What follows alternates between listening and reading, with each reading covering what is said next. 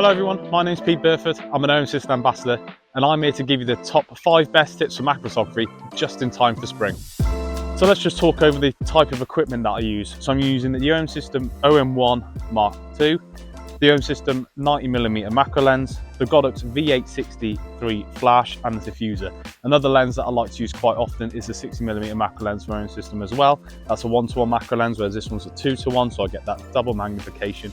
So that really comes in handy when I'm shooting the type of insects and species that I find.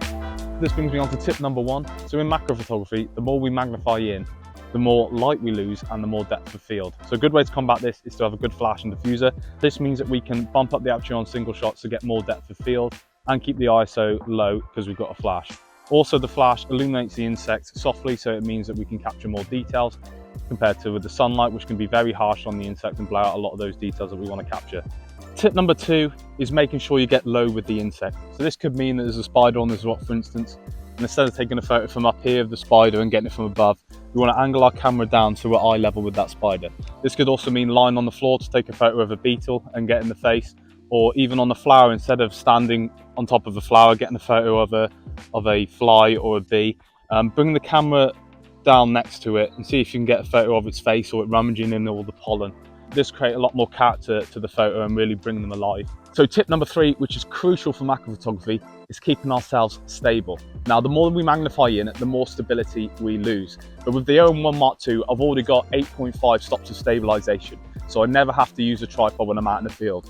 But what I will do if I'm taking a photo on the ground, or on a tree or a certain object, I will put my elbows down, planted kind of in a tripod way, and push the camera into my head. Now, the reason I'm pushing it into my head is so that my neck can push back at the camera to create more stability. Now, in a scenario where the insect might be on something a little less stable, like a leaf or a branch, what I'll tend to do is try and hold the branch without scaring the insect with my left hand and take the photo with my right hand with the camera pushed into my head again. Now, the reason for that is also to create more stability, but I will be taking single shots in most of these scenarios, as the insect will probably be very active on the leaf or the branch, and focus back can be quite hard. So tip number 4, set that alarm clock and early. A lot of people say to me, how are you getting photos of insects when they're flying around, they never stop moving? Well, insects are cold-blooded, so they need the sun and the warmth to move. So if you're able to go out very early in the morning, like 4 AM, a lot of these insects can't move. This means that it creates endless possibility of stack-ins and single shots. There's been many a times where I've been able to literally get so many photos of damselflies and dragonflies early in the morning when they're roosting in the long grass, waiting for it to warm up.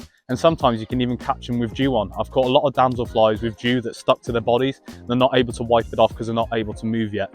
Once it gets warmer, they then wipe off all the water and fly away. So tip number 5, if you feel like you're not getting enough depth of field in your shots when taking macro photography, then try out the focus bracketing feature on the OM-SYSTEM.Cameras. Now, these are one of the reasons why I moved over to OM-SYSTEM, is because I do a lot of focus stacking. And with focus bracketing, it can take up to 999 photos from the front to the back of the insect, which you can then merge together later on a focus stacking software to create a fully in focus image with the sharpest aperture. So for me, with the settings, I like to use 1/100th of a second, f8 with ISO 200. Make sure with the 90mm lens that when you are taking the focus bracketing shots, that the clutch is pushed forwards when you press the button.